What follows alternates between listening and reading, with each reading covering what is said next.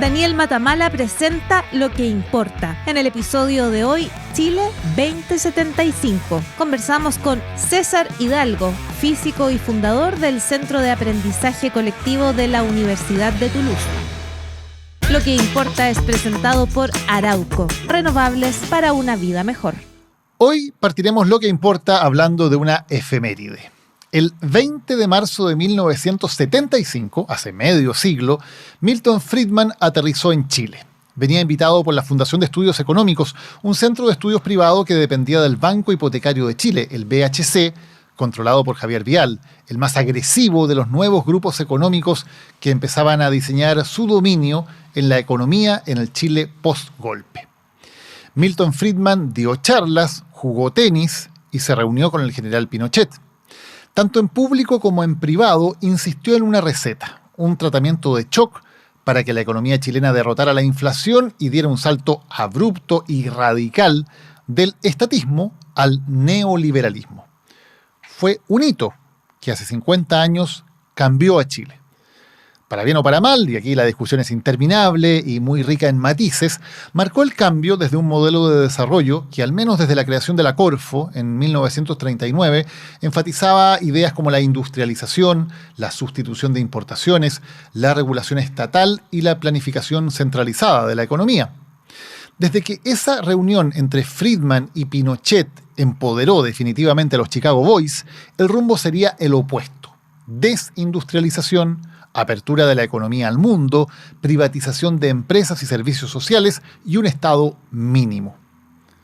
Ese camino tuvo su primer bache en la gran crisis de la deuda en 1982, se retomó luego con Hernán Vigi y luego se reformó ya en democracia, con la llamada economía social de mercado, que combinó un motor de la economía en manos privadas con el gradual regreso del Estado a entregar ciertas prestaciones sociales.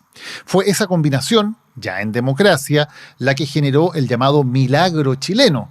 Nunca hay que cansarse de recordar que las cifras económicas de la dictadura, en crecimiento, inflación y desempleo, fueron mediocres y que solo las reformas de los años 90 realmente hicieron despegar a Chile.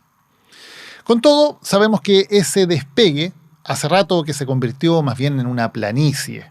Ya no estamos arriba de un cohete que nos llevaría al desarrollo, sino apenas de un planeador que nos mantiene atrapados en esta trampa de los ingresos medios, celebrando crecimientos bien discretos en verdad, del 2 o del 3%, dependiendo de lo de siempre, exportar cobre, y poniendo las esperanzas inciertas en productos como el litio o ahora el hidrógeno verde. Por eso, en este 2025 es un buen momento para pensar en el medio siglo que viene. ¿Cómo nos gustaría que fuera Chile en 2075, cuando se cumpla el centenario de esa visita de Milton Friedman? ¿Seguiremos pensando en visiones más o menos renovadas de esa fórmula? ¿O encontraremos una receta que nos dé un impulso nuevo para retomar la ruta del crecimiento que supimos transitar en los años 90 y parte de los 2000? No se trata de renegar de los recursos naturales, sino de encontrar fuentes adicionales de crecimiento. Como postula nuestro invitado de hoy, el destacado físico chileno César Hidalgo, cómo lograr un crecimiento a dos patas, en que los recursos naturales sean una, pero el conocimiento sea otra. Hidalgo es uno de los creadores del célebre índice de complejidad económica, una manera de medir qué tan simples o qué tan complejos somos en lo que producimos y hacia qué áreas pueden crecer los países en esa complejidad. Es importante porque los países más complejos en su producción no solamente son más ricos, también tienen sociedades más avanzadas en que el conocimiento es una prioridad. Japón, Suiza, Corea, Alemania lideran el ranking. En cambio, en los últimos lugares, las economías más simples, aparecen Nigeria, Congo, Angola o Camerún. Chile ha estado siempre en una ubicación mediocre, en la mitad de la tabla, como exportador de materias primas y poco más. Y claro, cuando hablamos de esto surge de inmediato la idea de subir en la cadena de producción. No hay que exportar litio, sino baterías, por decirlo en una frase simple. Pero Hidalgo sostiene que eso puede ser engañoso y que los datos muestran que los encadenamientos de más éxito van hacia atrás, en la cadena de valor, no necesariamente hacia adelante, no desde el litio a la batería o del cobre al cable, sino hacia atrás en tecnologías de inteligencia artificial o manejo remoto para la minería. Algo que hace muy bien, por ejemplo, Australia, que es un país minero, pero que no solo exporta minerales, también provee servicios relacionados a la minería que vende a todo el mundo. Bueno, para lograr eso, tenemos que saber más. Tenemos que ser capaces de ganar, de absorber y de atraer más conocimiento. ¿Cómo hacerlos? ¿Cómo volvernos más complejos y cómo desarrollar, por lo tanto, sociedades y democracias mejores junto con economías más sofisticadas?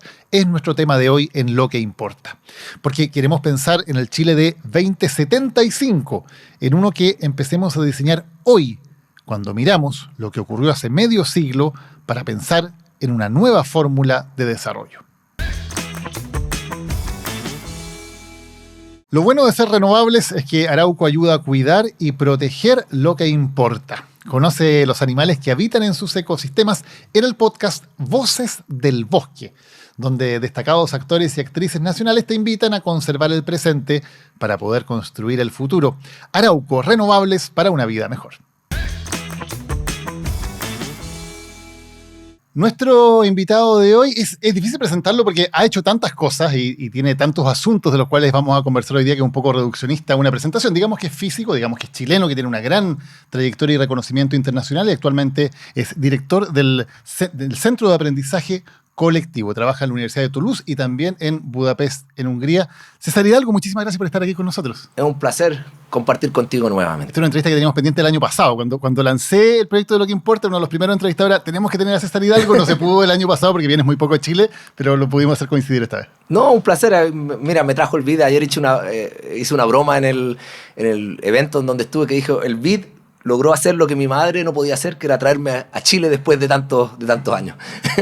César, vamos a hablar de varias cosas hoy día, pero quiero partir por el tema de la complejidad económica, que es un concepto que tú trabajaste muy, muy fuertemente en su época, que todavía en Chile es medio desconocido. Yo creo que siento que es muy importante, sobre todo en las discusiones que tenemos acerca del futuro del desarrollo y del crecimiento en Chile. ¿Podemos explicar qué es la complejidad económica? Sí, entonces, mira, la complejidad económica básicamente es una manera de tratar de entender si es que importan o no las actividades que los países hacen, y para eso nosotros necesitamos generar una cierta medida del valor de esas actividades, ¿no es cierto?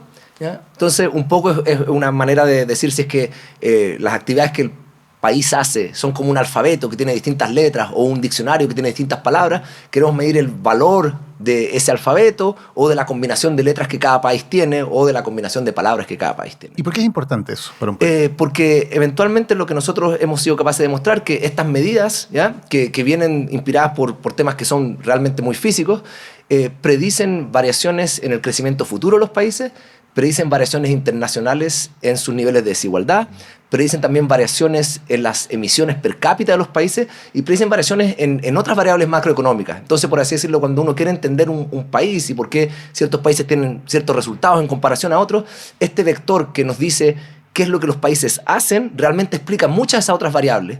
Y si tú quieres optimizar para esas otras variables, mejor optimiza para esta primero, porque esta te va a dar las otras, por así decirlo, como resultado. ¿Podemos dar un ejemplo de un país que sea complejo económicamente? Sí, entonces los países que están más arriba hoy en día en los rankings de complejidad, hay muchos que son países pequeños, por ejemplo, al menos pequeños en términos de población. Singapur es un país que está muy alto en complejidad, Taiwán es un país que también está muy alto en complejidad, Finlandia, ¿ya? Y Corea del Sur también, son países que están arriba de estos rankings de complejidad.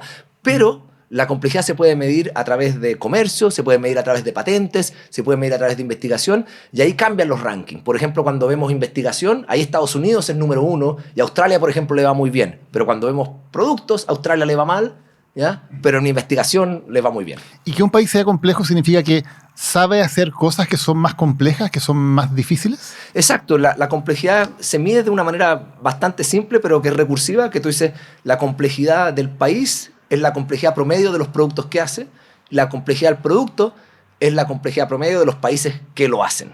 Y uno puede meter la segunda ecuación, por así decirlo, en la primera, y eso te va a dar una ecuación autoconsistente que uno puede resolver para encontrar la complejidad sin hacer ningún supuesto de qué es lo que es complejo. Pero sí están encadenados. Perfecto. O sea, no es que parto de una preconcepción de qué es lo complejo o no. No, lo deduces. Perfecto. Claro. Ahora, César, ¿cómo está Chile?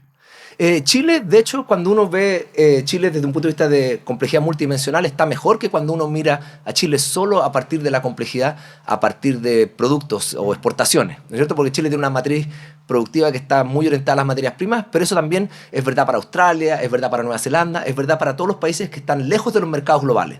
Porque si tú estás lejos de los mercados globales, ¿qué es lo que en general no haces? No haces productos intermedios en la cadena de valor, ¿cierto? Entonces, si tú eres un fabricante de automóviles en Alemania, en Estados Unidos o en China y quieres fabricar una parte, no la quieres mandar a Australia a fabricar o a Chile, ¿no es cierto? No, o a un país lejano, sino que si estás en Alemania la quieres hacer en Eslovaquia, si estás en Estados Unidos la quieres hacer en México o en Canadá, etc. Entonces, los países que son periféricos desde un punto de vista geográfico, nos especializamos en materias primas. Pero podemos tener complejidad que no se expresa quizá en el producto, pero sí en los procesos.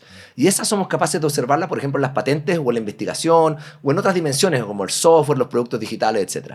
Por ejemplo, Australia, en procesos, es muy sofisticada. Entonces, esa sofisticación se demuestra en esa data de patentes y lo que te está diciendo es que, mira, Australia exporta productos simples con procesos complejos y Chile también en esa complejidad de procesos le va mejor. En investigación no nos va mal y en tecnología tampoco nos va mal. Nos va, de hecho, mejor que solamente en productos. Sí, y para entender eso, porque tú dices, bueno, como las exportaciones son básicamente, sabemos, recursos naturales, fundamentalmente cobre, muchas veces se ha dicho, a ver, lo que debería hacer Chile es ir avanzando en esta cadena, ¿no? Entonces, en vez de sencillamente exportar el litio, el ejemplo que siempre se pone, ¿no? Veamos si somos capaces de hacer las baterías acá en Chile e ir subiendo en esa cadena de valor. ¿Funciona eso o tenemos que ir por otro lado? No, mira, eso obviamente es una idea que no solo se le ocurre a la gente en Chile, sino que en muchas partes hay como una intuición, porque es una idea que es bastante simple, pero lamentablemente es uno de estos casos donde la intuición está equivocada. Porque el encadenamiento que realmente importa no es un encadenamiento de los átomos mismos, ¿no es cierto?, sino que es un encadenamiento del conocimiento, ¿ya? Y ese encadenamiento del conocimiento muchas veces va más fácil hacia atrás que hacia adelante. Entonces, ¿qué significa ir hacia atrás y no hacia adelante? Hacia atrás de que vas no al producto que compra lo que tú haces, sino que al proveedor que vende lo que tú compras, ¿ya? Te puedo dar una historia, un ejemplo, ¿ya? Tú conoces los computadores Lenovo, ¿ya? Esos partieron en los años 80, cuando un emprendedor en China, en Beijing, que se llama Li Chuizi, él básicamente entra al mercado de la computación con unas tarjetas que se ponían en los computadores de esa época que le permitían al teclado funcionar en chino, ¿ya? Porque en esa época los computadores eran tan débiles que tú no podías escribir en chino usando solo software. Entonces necesitabas una tarjeta periférica que había que poner ahí. Y esa tarjeta le empieza a ir bien, pero él entendía de que a finales de los 80 los computadores iban a ser lo suficientemente poderosos que ya el software iba a ser capaz de resolver eso. Entonces se va a Shenzhen, conoce a distintas empresas americanas que estaban exportando computadores a China en ese momento, porque China en ese momento no era muy fuerte en lo que era la fabricación de computadores, y hace un contrato con una empresa que se llama AST, que fabricaba computadores en Irvine, en California, para ser su distribuidor de computadores en China. Y hacen ese contrato, empiezan a vender los computadores en China con la tarjeta incorporada. ¿Qué es lo que hace Liu Chuizi durante ese tiempo? Es que empieza a aprender a cómo fabricar el resto del computador. Entonces partía con la tarjeta y eventualmente cuando llegan los computadores, los 486, que probablemente tú te recuerdas, ellos habían sido capaces de desarrollar un computador internamente, ¿ya? Y tenían, ¿no es cierto?, su cadena de distribución, y de un día para otro él llama a todos sus vendedores y le dice: ahora ya no vendemos computadores AST, ahora vendemos nuestros propios computadores, y cortan a su, ¿no es cierto?, a su proveedor. AST eventualmente desaparece como empresa y ellos se quedan con todo ese mercado porque, ¿no es cierto?, van hacia atrás. No están tratando de ir hacia adelante, sino que están yendo hacia el proveedor que va hacia atrás. Y eso es algo que uno tiene que siempre tener en cuenta, y hay varios criterios quizás que uno puede ahora desempaquetar de por qué eso es realmente una mejor estrategia. Y cuando piensas en Chile, César, si la estrategia no es la que de alguna manera intuitivamente tenemos en la cabeza, ¿no? En vez del litio, baterías de litio, o en vez de sencillamente el concentrado de cobre, tratemos de producir alambre de cobre, no sé. ¿Qué ejemplo hay de algo en que podamos ir hacia atrás y podamos agregarle valor o podamos ir creciendo en el conocimiento de lo que hacemos en Chile? Entonces, en el contexto de la estrategia, yo creo, mira, hay una parte, y te voy a responder esa, pero también hay otras partes que hay que considerar en el contexto de una estrategia, porque la estrategia en la que estamos hablando ahora es una estrategia de desarrollo de productos afines o productos relacionados. Pero un modelo estratégico completo tiene que incluir estrategias para productos afines y productos no afines. Perfecto. Afines son parecidos a lo que ya estamos haciendo, que está cerca de lo que estamos haciendo. Están relacionados a lo que haces. Sí. Y lo no afines es abrir un campo nuevo. Campo nuevo, perfecto. Claro.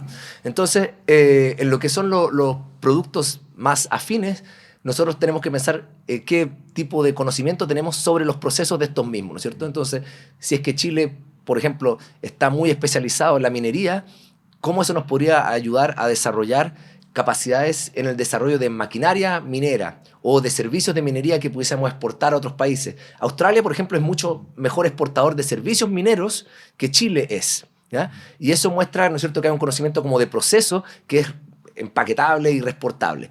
Y eso yo creo que es uno de los lugares donde nosotros podemos estar viendo. Si es que hay cosas que nosotros estamos comprando y que podemos eventualmente hacer de manera local cuando ya conocemos la demanda, ¿no es cierto? Porque el tener el acceso al cliente es súper importante. Y cuando estás encadenándote hacia atrás, tienes acceso a ese cliente y a ese conocimiento y a qué es lo que piden y a qué es lo que les sirve y qué es lo que no les sirve. Y César, para quedarme en ese punto, antes de pasar al siguiente, ¿por qué Chile no hace eso? ¿Por qué no hacemos lo de Australia, que siempre se ha dicho, bueno, tiene muy buenos servicios basados en la minería y exportan ese know-how?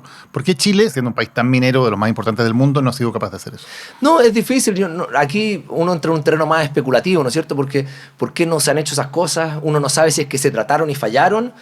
No sabe si es que no se intentan, ¿ya? Si es que no se intentan, uno no sabe si es que quizás porque el emprendedor chileno quizás es más conservador y dice, si yo tengo un 10% de retorno en la minería, ¿para qué arriesgarme a sacar 0 o 100% en una actividad tecnológica donde tengo mayor incertidumbre? Me estoy feliz con mi 10%. Eso, por ejemplo, podría ser un modelo donde estaríamos ahí, por así decirlo, culpando al emprendedor. Pero pueden haber otras razones y realmente no tengo una respuesta de por qué Chile no ha hecho ese tipo de salto, pero creo que es algo que es bastante común a Latinoamérica. Latinoamérica en general ha hecho pocos de ese tipo de salto, entonces puede ser algo que vaya más allá de Chile. O cuando lo hacemos mal. Déjame poner un ejemplo que inmediatamente cuando uno habla de estos temas, inmediatamente dicen, bueno, pero cuando en Latinoamérica se ha tratado de hacer eso, fue cuando tratamos de, no sé, hacer autos acá en Latinoamérica o hacer una industria que realmente no resultó, que para sobrevivir necesitaba aranceles altísimos y un proteccionismo gigante para poder sobrevivir. ¿Es un ejemplo de algo mal hecho, crees tú, o de una mala idea en términos de cómo agregar valor a lo que se está haciendo? Es que lo que yo creo que es importante es cuando se trata de desarrollar esas estrategias, y ahora quizás estamos hablando de la otra estrategia, ¿no es cierto?, los productos no afines. Vamos a tratar de hacer algo que no hacemos o que está lejano, incluso si es que tenemos algún encadenamiento quizás es más lejano. Hay que evitar la tentación, por ejemplo, de hacerlo a través de un esfuerzo que sea netamente estatista, por un lado, porque en general el Estado sí puede tener recursos, pero quizás no tiene el conocimiento necesario para entrar en ese espacio, y ver de cómo hacer una aleación una alianza, ¿ya?, que ayude a desarrollar eso. Ahí también tengo una historia. También en China, en el año 2010, hay un barrio de innovación muy importante en Beijing que se llama Zhongguanzhou. Y en ese barrio, en el año 2010 ya habían habido éxitos como el de Lenovo y el de otras empresas, pero desarrollan una estrategia de innovación donde uno de los instrumentos que desarrollan son lo que se llaman los guiding funds. Entonces, ¿de qué se trataban estos fondos? ¿No es cierto? China quería pasar de una economía de la manufactura a una economía de la innovación. Y el gobierno estaba on board con esa estrategia. Ahora, ¿qué es lo que hacen? Que generan unos fondos donde dicen, mira, el gobierno va a poner una cierta cantidad de capital en el fondo y los privados también pueden capitalizar esos fondos, ¿ya? Y cuando esos fondos después salen al mercado, ¿ya?, si es que los fondos pierden todo el dinero, ¿cierto?, lo invierten y se pierde todo, todos perdimos. Pierde el gobierno y pierden los privados. Pero si es que al fondo le va bien, los privados pueden comprarle la fracción del fondo que había invertido el gobierno a un valor predeterminado. Entonces, por ejemplo, si es que el gobierno ponía 100, te lo vendía a 200. Pero si es que el fondo había hecho 10x, ¿no es cierto?, porque las empresas le habían hecho mejor, comprarlo a 200 era fácil, ¿ya? Y con eso el gobierno hacía fondos que estimulaban los capitales privados, pero también los dirigía en ciertas direcciones, porque al poner ese capital inicial, ¿cierto?, puede definir, este va a ser un fondo orientado a la biotecnología, o este va a ser un fondo orientado a, ¿no es cierto?, al desarrollo de aplicaciones móviles. Y ahí tienes un modelo que es bastante distinto, que no es como el desarrollo de una empresa, ¿no es cierto?, estatal que fabrique o que manufacture una cierta actividad o producto, ¿ya? Y creo que ese tipo de ideas son ideas que nosotros también podríamos empezar a considerar. ¿Y tú ves que en Chile hay posibilidades de hacer estos modelos que vayan a buscar, digamos, áreas que hoy día no existen, a buscar lejos de donde hemos estado tradicionalmente produciendo o exportando? Yo creo que, mira, que se pueda o no se pueda, eso yo creo que es algo que una persona que tenga más experiencia en cómo hoy en día funcionan las cosas en Chile debería ser capaz de contestar. El que se necesita o no se necesita es algo que yo sí me siento más preparado para contestar. ¿Por qué?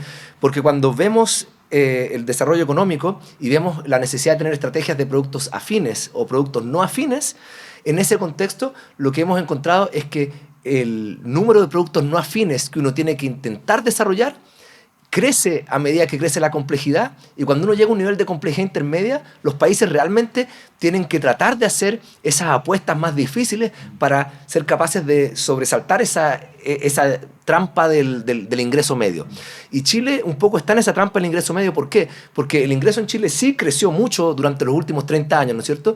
Y ese crecimiento nos dio una ventana de oportunidad, donde había un momento donde nuestros sueldos eran lo suficientemente bajos para darnos una ventaja desde un punto de vista de precio, que no se aprovechó, quizás como se podría haber aprovechado, y ahora que tenemos un ingreso bastante alto, es más difícil entrar en esos mercados porque esa ventaja de precio, ¿no es cierto?, es menor, ¿ya? No tenemos una ventaja de precio tan grande, por ejemplo, incluso en sueldos con países de Europa, ¿ya? Y quizás hace 20 años más sí la teníamos. Entonces, hay por un lado una necesidad, ¿ya?, para poder llegar al siguiente nivel de desarrollo, para poder sobrepasar esa brecha del ingreso medio, pero por otro lado hubo una ventana de oportunidad donde quizás fuimos un poquito muy temerosos. De no haber hecho el cambio de pasar de la exportación de recursos naturales a intentar otro tipo de cosas.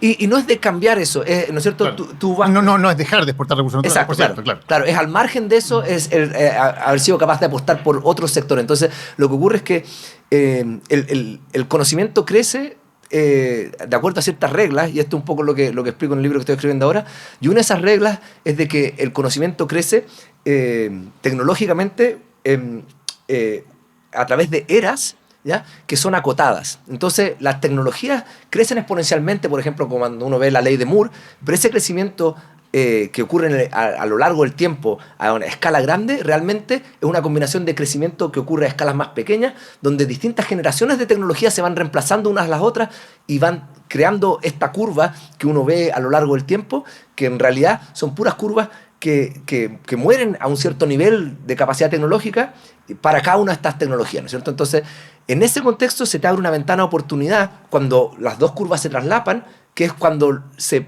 puede entrar a una tecnología. Y eso, por ejemplo, lo que hizo Corea para entrar a los cristales líquidos y desplazar a Japón en su momento, ¿no es cierto? Ellos se saltaron una tecnología, y cuando se saltaron esa tecnología, LG y Samsung fueron capaces de sobrepasar a todos los fabricantes de cristales líquidos de Japón, porque explícitamente se enfocaron en esa ventana de oportunidad. Ahora, César, tú hablabas de Singapur antes, hemos hablado de Taiwán, bueno, ahora hablamos de Corea del Sur, que son los ejemplos que uno siempre mira, que dice, bueno, estos países que eran más pobres que Chile en su momento y hoy día son líderes en las tecnologías de punta en el mundo. Tú decías también hay un problema geográfico, ¿no?, que nosotros estamos en una periferia diferente.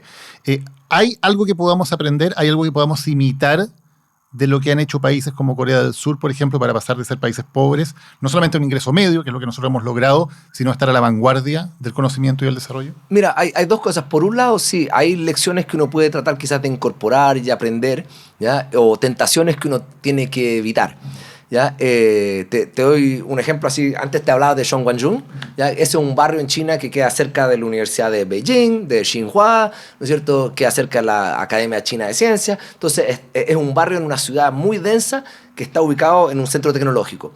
En Ecuador, hace no tanto, trataron de hacer un proyecto de una ciudad del conocimiento que se llamó Yachay, ¿ya? Y esa ciudad del conocimiento es un proyecto que ya, la ciudad del conocimiento ya fue cancelado como proyecto, ¿no es cierto? Y ahora hay una pequeña universidad que opera en ese espacio. Fue bastante difícil y desastroso. Hoy en día incluso tienen que llevar el agua en camiones porque ¿no es cierto?, lo desarrollaron en un lugar que era un terreno agrícola, ¿ya? Y ese, por ejemplo, esa idea de tratar de desarrollar todo desde nada, es una idea que ocurre en muchas partes, que ocurre en Ecuador, que ocurre de repente en el Medio Oriente, que puede ocurrir en lugares que uno tiene que tratar de evitar. Esta idea de que hay un terreno enorme que uno puede usar para desarrollar una ciudad del conocimiento y que se ve como una gran movida inmobiliaria, es realmente una mala idea, porque el conocimiento no se difunde, se aglomera, ¿ya? Entonces, como el conocimiento se aglomera, realmente tú quieres básicamente siempre apuntar hacia el centro, hacia la parte que está más densa para poder desarrollarlo.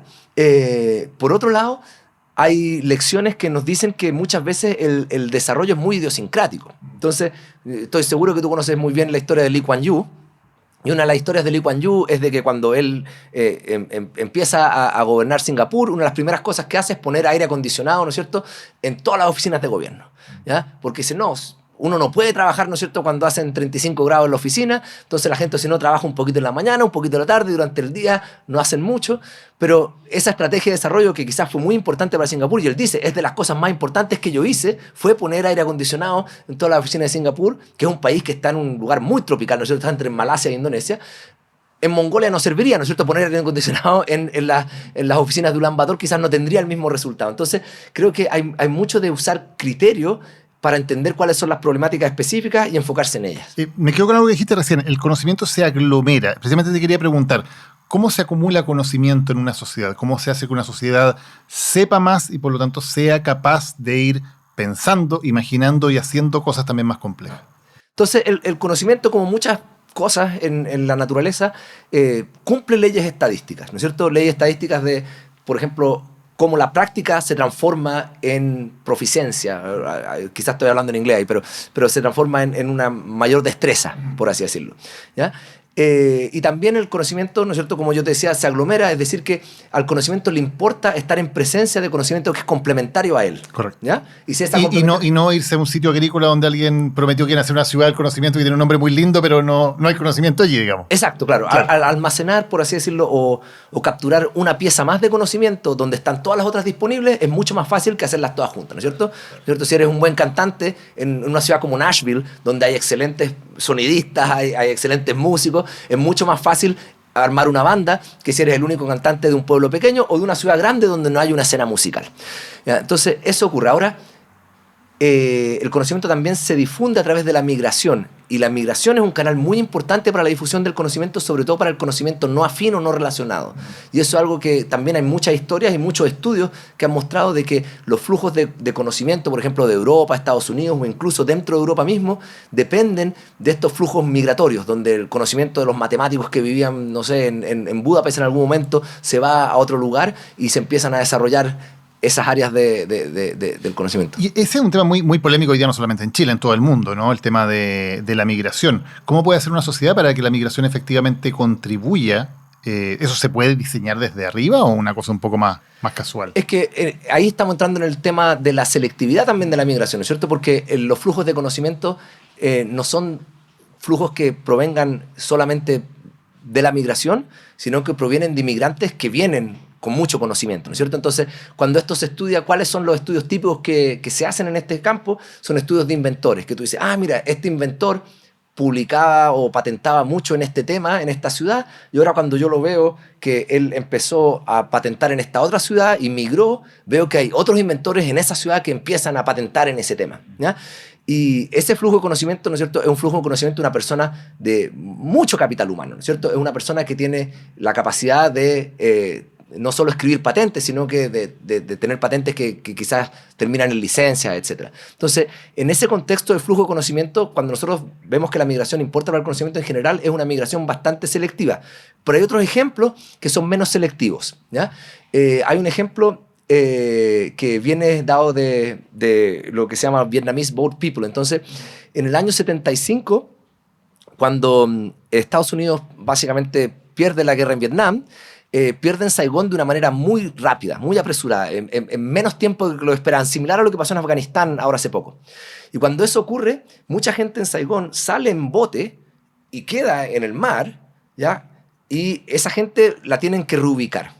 Y en Estados Unidos reubican cientos de miles de personas durante ese año usando grupos de voluntarios, de iglesia. Entonces, básicamente tomaban familias y decían, mira, en Minnesota, nosotros en este pueblo podemos tomar 5 familias. Ok, para allá van. Y eso uno lo puede usar desde un punto de vista estadístico para decir que esa asignación fue exógena, ¿no es cierto? Los inmigrantes no eligieron si se iban a California o si iban a Minnesota o si iban, ¿no es cierto?, a Florida, sino que fueron asignados de forma, por así decirlo, aleatoria.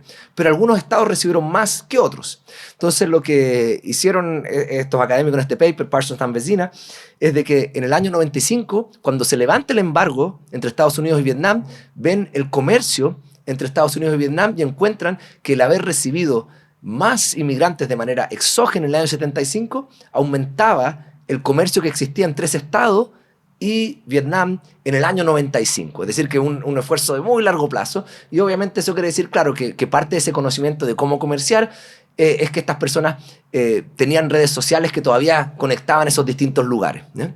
Ahora, cuando decimos, César, que el conocimiento se aglomera, Eso puede parecer una noticia bastante mala para nosotros, porque uno dice, bueno, precisamente somos un país chico, somos un país lejano, no somos grandes productores de conocimiento y por lo tanto lo más lógico es que las personas que estén buscando conectarse y crear conocimiento tengan que irse a otros lugares. Bueno, es tu caso, ¿no? Tengan que emigrar. ¿Hay alguna posibilidad de hacer que efectivamente esa gente no se vaya o bien, aún estando fuera, aprovecharlos de alguna manera para el crecimiento y el desarrollo de Chile? Es una discusión que se da mucho con las becas Chile, ¿no? Que han servido evidentemente para formar mucho capital humano en nuestro país y siempre la discusión es, bueno, se forma gente con un gran capital humano, está luego esta obligación de volver y muchas veces, bueno, ¿volver a qué? Y ¿estamos aprovechando realmente esa formación de capital humano o no? No, sí, yo creo que sí. Yo creo que se puede ser mucho más ambicioso en eso. Y creo que acá lo que ocurre en parte es de que se confunde el conocimiento con educación. Porque una persona que va con una beca Chile, obtiene un máster, obtiene un doctorado, sí, aprendió ciertas cosas, pero no una persona con una vasta experiencia, ¿no es cierto? Por ejemplo, en el caso tuyo, tú eres un periodista muy reconocido y esa experiencia no es porque fuiste a la escuela de periodismo y saliste con esa experiencia, la acumulaste a través del trabajo. De la misma manera, cuando estamos tratando de traer conocimiento al país, yo creo que sí importa que haya una trayectoria de éxito que pruebe que esa persona ha sido capaz de producir innovación o conocimiento de manera repetida. Y creo que uno podría tener una estrategia mucho más ambiciosa de traer conocimiento. ¿Por qué? Porque en general los países no son muy ambiciosos en ese espacio y a los académicos o a los inventores o a las personas que están en ese espacio no son los que mueven la agenda política. Entonces, muchas veces están, por así decirlo, al 3 y al 4, ¿ya? Los grants son bastante pequeños, los sueldos son bastante pequeños. Entonces, si hubiera una estrategia atractiva y fuerte de atracción de talento internacional, que estuviera bien publicitada y que diera buenos incentivos, eventualmente yo creo que un país que apostara fuerte en eso podría separarse de los otros. Eso no ocurre, ¿ya? Pero yo creo que no es imposible. ¿Y eso tiene que hacerlo el Estado? Yo creo que en parte, por ejemplo, si fuera para conocimiento en un contexto académico, yo creo que ahí sí, ¿ya? Pero también el Estado lo puede hacer de una forma en que ese conocimiento se concatene o se junte con conocimiento que existe en la empresa. También puede ocurrir de que mucho ese conocimiento que se atraiga en ese tipo de situaciones genere emprendedurismo mismo y se transforma en algo autosostenible en el futuro, ¿no es cierto? Entonces creo que eso es algo que es posible, pero creo que la estrategia siempre acá ha apuntado a gente bastante joven y creo que es importante también apostar a gente con experiencia. No es solo la startup, no es solo el estudiante de máster, sino que también gente quizás de 50 años o de 60 años que tiene experiencia y tiene mucho que entregar y devolver, puede ayudar a traer cierta experiencia que no se adquiere a través de la educación. Y en ese sentido, César, ha habido algunas experiencias en Chile de emprendimientos que han sido muy exitosos, han salido internacionalmente. Hablamos de ellos porque son poquitos, Corner Shop, Notco, entre otros.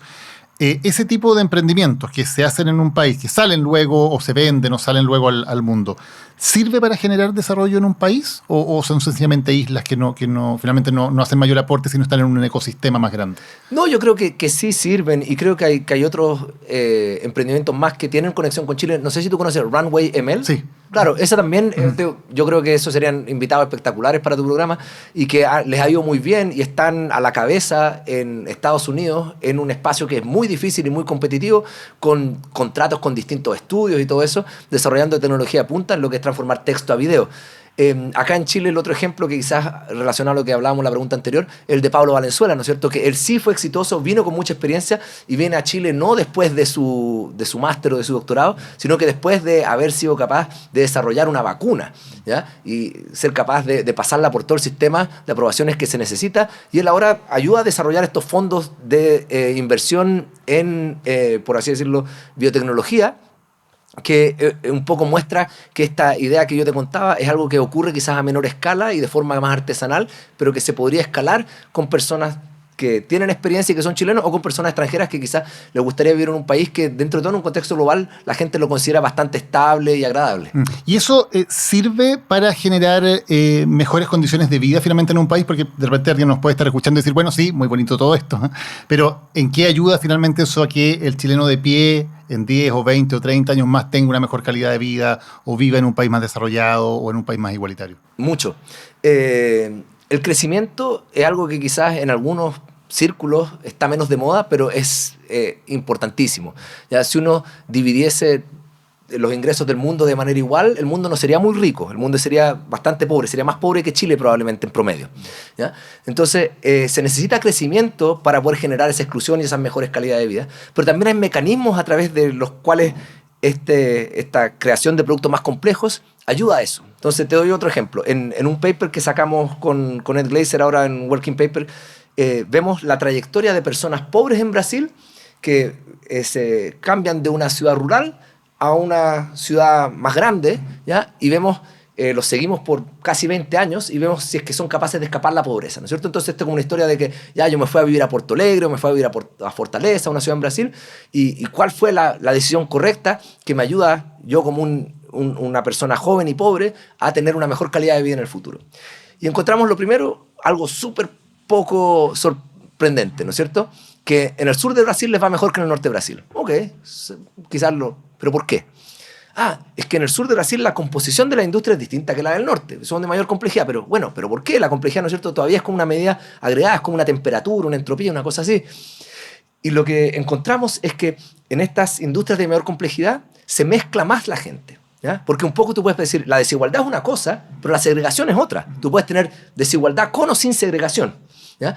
Entonces, en el sur, estas industrias de mayor complejidad son menos segregadas y las personas con alto nivel de educación y alto nivel de ingreso se mezclan e interactúan en los mismos establecimientos con personas de menor nivel de educación y menor nivel de ingreso. Eso genera aprendizaje y si tú eres una persona quizás que venía de una extracción muy pobre, pero trabaja en esta empresa, te descubren, ¿no es cierto? Y tienes movilidad social. En el norte, toda la gente con alto nivel de educación, no toda, pero una gran cantidad de personas con nivel de educación trabaja en el gobierno.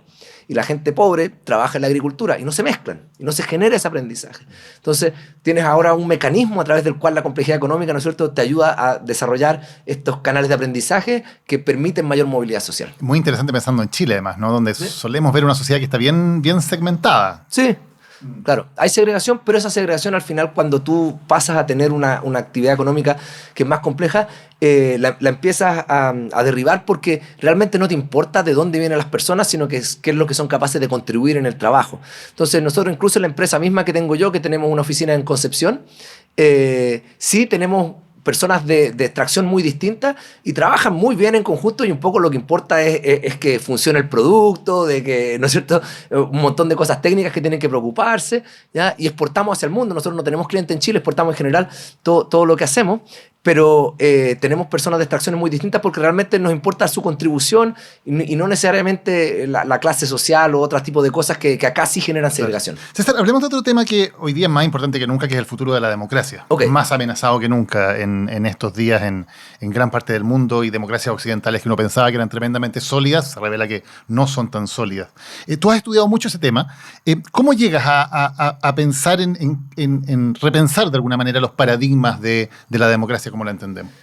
No, mira, en parte fue un camino bastante azaroso, ¿ya? Más o menos en el año, ¿no es cierto?, 2010, 2011, cuando empiezo a desarrollar estas herramientas de visualización de datos económicos y empiezo a generar demanda por eso, empiezo a trabajar mucho con personas de gobierno, pero más siempre en el lado ejecutivo, ¿no es cierto? Entonces, gente que está, por así decirlo, en un ministerio o está en una gobernación, ¿ya? Y estamos desarrollando estas estrategias o estas herramientas que ayudan a la planificación y al desarrollo. Y me acuerdo que en el año 2017 me invitan a dar una charla en TED, ¿ya? Y estoy conversando con el curador, Gary Gerbowski, un argentino, ¿ya? Nos juntamos, de hecho, acá en Santiago, porque estaba justo yo en Santiago para la Navidad, y hablemos de ideas, qué es lo que se te ocurre. Y yo digo, mira, estamos en ese momento ya empezando a usar inteligencia artificial para el poder ejecutivo, por así decirlo. Estamos desarrollando una herramienta que ayudaba a detectar brechas en la cobertura de servicios, en este caso de servicios de salud. Entonces, ¿no es cierto?, teníamos información sobre la población, sobre los hospitales, dónde te faltan hospitales, cuáles son las personas y dónde habría que ponerlos si es que uno optimizara. Entonces, era inteligencia artificial, pero siempre en un contexto ejecutivo. Entonces nos ponemos a pensar de cómo podría ser la inteligencia artificial en un contexto legislativo, que es muy distinto, ¿no es cierto? ¿Ya? Y en ese concepto legislativo, ahí aparece esta idea de la democracia aumentada, que cómo sería un mundo donde las personas pudiesen tener un avatar o un agente de inteligencia artificial que aprendiera de ellos y que los pudiera representar y que estas personas fueran capaces de controlar, entonces que tuviéramos como un senador por persona. Y eso lo presento en TED del 2018 Es una idea que yo creo que en su momento es muy controversial, pero que hoy en día es cada vez más obvia. De hecho, yo he encontrado ahora otras personas que han publicado de manera independiente o han salido a contar la misma idea de manera independiente sin conocer esto y después nos conocemos y intercambiamos ideas. Pero de ahí un poco viene esto. ¿Cómo funcionaría ese senador virtual para entenderlo? Mira, yo creo que es algo que todavía estamos tratando de entender. Lo que nosotros logramos hacer ahora es que cuando yo llegué a Europa, empecé a interactuar con personas que trabajan en un área que se llama Social Choice Theory, en particular Computational Social Choice Theory. Entonces, en las matemáticas, en la economía, en las ciencias de la computación, en las ciencias de la decisión, hay una corriente que lleva más de 200 años que uno puede llevar hasta Condorcet y Borda, donde la gente se preguntaba cómo es que nosotros tenemos que sumar los votos para poder tener una elección más justa, y hay un montón de teoremas, teorema de imposibilidad de Arrow, etc. Y me pongo a interactuar con estas personas porque ellas trabajaban en un ambiente teórico y yo traía una visión más empírica y formamos un consorcio donde nos ganamos un proyecto, un ERC, que son los proyectos más grandes que hoy en día existen en Europa para la investigación, donde a partir de este año, hasta el año 2031, vamos a estar explorando esto. Entonces yo voy a tener un equipo donde vamos a construir estas tecnologías y en colaboración con el resto del equipo las vamos a ir testeando en un sistema de tratamiento y control, ¿no es cierto? Entonces imagínate que tú tienes una asamblea, esta asamblea tiene que discutir, por ejemplo, sobre el cambio climático o sobre la legislación sobre la tecnología en Europa, y va a haber una asamblea que tiene acceso a ciertas herramientas de democracia aumentada, otra asamblea que no tiene acceso a esas herramientas, y vamos a poder ver cómo cambia la deliberación, a qué conclusiones llegan, qué tan satisfechos están con el proceso, etc. Ahora, hay una pregunta, César, que es cuando pensamos en cuáles son nuestras opciones como ciudadanos, ¿qué tan pensadas son esas opciones? ¿O qué tanto una inteligencia artificial podría sencillamente aprender de quiénes somos, cuáles son nuestras ideas,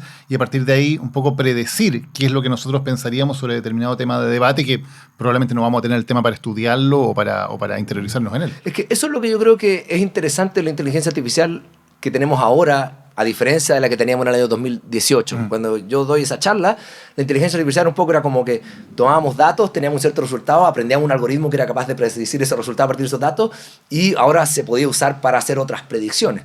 Pero hoy en día tenemos una inteligencia artificial que es dialogante, ¿no es cierto? Porque la inteligencia artificial es algo con lo que uno puede deliberar hoy en día. Tú puedes ir a DeepSeek o a Perplexity o a ChatGPT y, ¿no es cierto?, te puede hacer una pregunta, tú le puedes contestar, te puede hacer una pregunta de vuelta y puedes tener ese diálogo.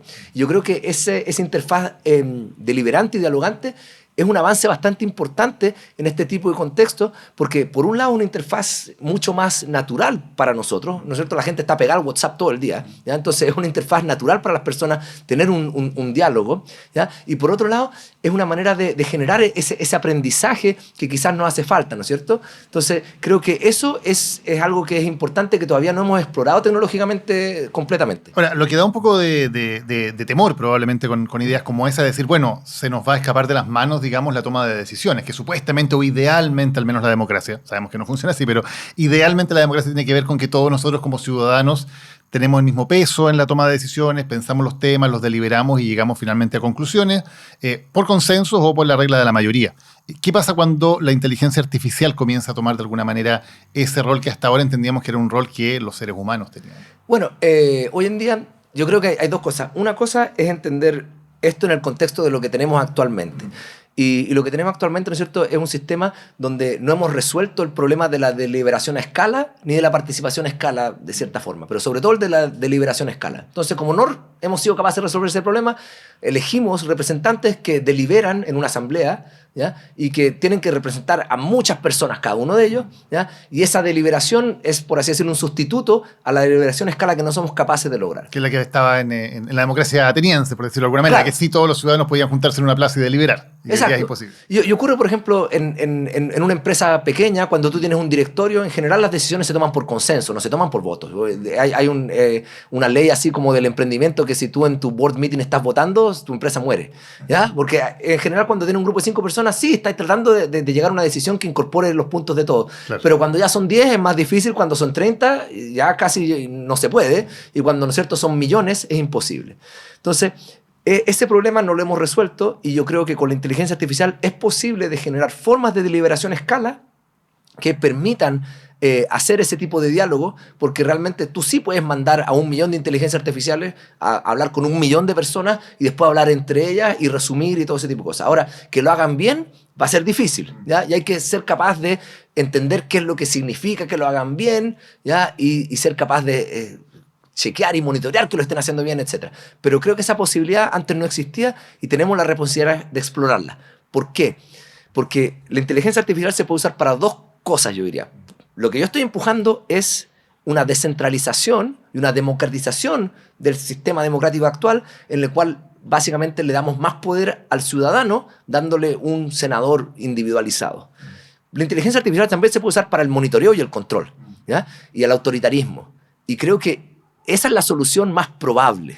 ¿Ya? La solución más probable es que la inteligencia artificial se use como un mecanismo de control de, ¿cierto?, de la comunicación, de la información, de monitoreo de las personas, ¿ya? Y en ese contexto, la pregunta es, como un innovador, como una persona que está trabajando en ciencia y tecnología, ¿qué es lo que debo hacer yo? Y creo, bueno, quizás desarrollar esta alternativa que sea más distribuida, para que tengamos una alternativa a este autoritarismo que es una consecuencia natural de tener mejores sistemas de información. Sí, eso es bien interesante, porque en algún momento, obviamente todos teníamos el optimismo de decir, bueno, van a venir estas nuevas tecnologías, va a venir Internet, va a venir Google, todos los seres humanos vamos a tener acceso a todo el conocimiento del mundo, eso nos va a hacer más sabios, va a hacer que tomemos mejores decisiones. Y bueno, y ya a mitad de ese experimento, digamos, estamos viendo cuáles son las consecuencias, y claramente no son las que esperábamos desde el optimismo, sino más bien son las teorías más pesimistas las que se están confirmando, ¿no? Que son instrumentos muchas veces de control, de desinformación, de confrontación política cada vez más fuerte. ¿Ves una salida a esto, o ves que a medida que estas tecnologías se van volviendo cada vez más poderosas, nos van entrampando en un futuro cada vez más difícil desde el punto de vista de la sociedad, de la política? No, yo creo que es un problema muy complejo ese. Porque por un lado, yo creo en la idea del sacrificio y también en la idea de la tentación. Y un poco lo que nosotros vivimos en un mundo donde sí, es verdad que uno podría usar la internet todos los días para aprender sobre la historia del mundo, leyendo la Wikipedia, pero en realidad la usamos como un asunto de entretenimiento, ¿ya? Y eso quizás nos ha hecho más tontos, ¿no es cierto? Porque ahora leerse un libro te cuesta más, ¿no es cierto? Claro. Porque se pone difícil, uno saca el teléfono, se entretiene, le llega un mensaje y ya uno se distrajo, ¿ya? Entonces creo que por un lado hay cosas como de carácter y de comportamiento que ganan importancia en este mundo donde todas las personas, los influencers, los medios están tratando de cosechar tu atención. Por otro lado, creo que la inteligencia artificial lo que sí ha demostrado, sobre todo en los últimos 2-3 años, es de que cuando estos LLMs nacen, tenían bastantes problemas que eran bastante obvios. Por ejemplo, las citas científicas las hacían mal, eran muy malas para la matemática y todo ese tipo de cosas, y han sido capaces de resolver esos problemas bastante rápido. Y ahora uno se los toma más en serio, no porque te lo hayan dicho, sino porque uno los usa. Y yo creo mucho en el aprendizaje que viene del uso, no simplemente del rumor. Entonces, en este aprendizaje del uso, creo que quizás sí podemos llegar a un mundo donde esa inteligencia artificial quizás sí sea un complemento muy importante para las capacidades cognitivas de las personas, porque va a ser un asistente que va a ser muy inteligente, que va a saber muchas cosas y que va a saber tener quizás un diálogo inteligente contigo. Y muchas personas quizás no tienen acceso a otra persona con la cual tener un diálogo muy inteligente, ¿ya? Entonces, puede quizás ahí haber un cambio distinto al que ocurre en esta internet actual, que básicamente lo que hicimos es que después de 20 años nos dimos la vuelta entera y ahora todos los sitios de internet son canales de televisión de nuevo. Claro, sí. Y no está el riesgo de externalizar un poco todo lo que hacíamos, no sé, yo pienso en cuando uno ocupa Waze, por ejemplo, yo lo ocupo mucho, ¿no? Y antes, claro, uno se sabía las calles, sabía más o menos la ciudad cómo era, cuáles eran las direcciones. Hoy día uno puede externalizar todo eso, olvidarse de todo eso y decir, bueno, Waze sabe por dónde me lleva, ¿no? Y eso puede ser anecdótico, pero en cada área del conocimiento muchas veces va pasando eso, ¿no? Que ya no somos conscientes muchas veces de las decisiones que tomamos porque se las externalizamos a Waze o a Google o ahora al chat GPT para preguntarle algo y él te da la respuesta. No estamos perdiendo nuestra capacidad para tomar decisiones, para ser inteligentes en términos de ir resolviendo problemas en la vida cotidiana. Yo creo que por una parte sí, eso ocurre, pero si es que eso es inevitable, porque no le vamos a quitar el teléfono a las personas, ¿no es cierto? Y no vamos a hacer que dejen de ver Instagram. Esas son opciones que hay una cierta libertad que queremos respetar. tenemos que pensar si es que el mundo va en esa dirección, si podemos hacer soluciones que aún así, a pesar de eso, sean mejores que las que tenemos actualmente, ¿ya? Entonces, por un lado, sí, no me sé quizás las calles como me las sabía también antes, pero por otro lado, yo me subo en un avión, voy a cualquier parte del mundo y sé que con este pequeño aparatito, ¿ya? No me siento nunca perdido y voy a llegar al hotel y voy a llegar al evento y voy a llegar a este otro lado, ¿ya? Y me ha dado una libertad enorme en ese contexto. Entonces creo que realmente hay que también preguntarse si es que vamos a llegar a un resultado mejor, y si ese resultado es mejor, quizás hay que dejar un poquito el orgullo de uno de lado y entender que la inteligencia artificial no es algo aparte, sino que es una extensión humana que nosotros vamos creando y vamos co-creando, con la que queremos colaborar en este caso, porque nos va a ayudar a tener una sociedad que funcione quizás mejor o que satisfaga las necesidades de los ciudadanos de manera mejor. ¿Y en este mundo ves una sociedad futura donde sea posible todavía tener democracia, tener debate, tener diálogo entre las personas, que es algo que hoy, sobre todo en Estados Unidos, tal vez, bueno, tú estás ahora en Europa, no en Estados Unidos, pero se ve cada vez más difícil, ¿no? Se ven sociedades muy enrabiadas, donde la posibilidad de conversar y llegar a consenso es cada vez más difícil? En parte, y hay experimentos ya. De hecho, esta idea de la democracia y los LLMs ha explotado durante, sobre todo el año pasado. Nosotros publicamos un paper y lo están citando muy bien, y hay un montón de papers que están saliendo de este espacio, y una de las cosas que está empezando a emerger es que, y tú de seguro usas estos sistemas de inteligencia artificial, lo has visto, ChatGPT siempre está de buen ánimo. Entonces ChatGPT de cierta manera como que nos engancha cuando uno está enojado, ¿no es cierto? ¿Ah? No tiene no escala, no escala.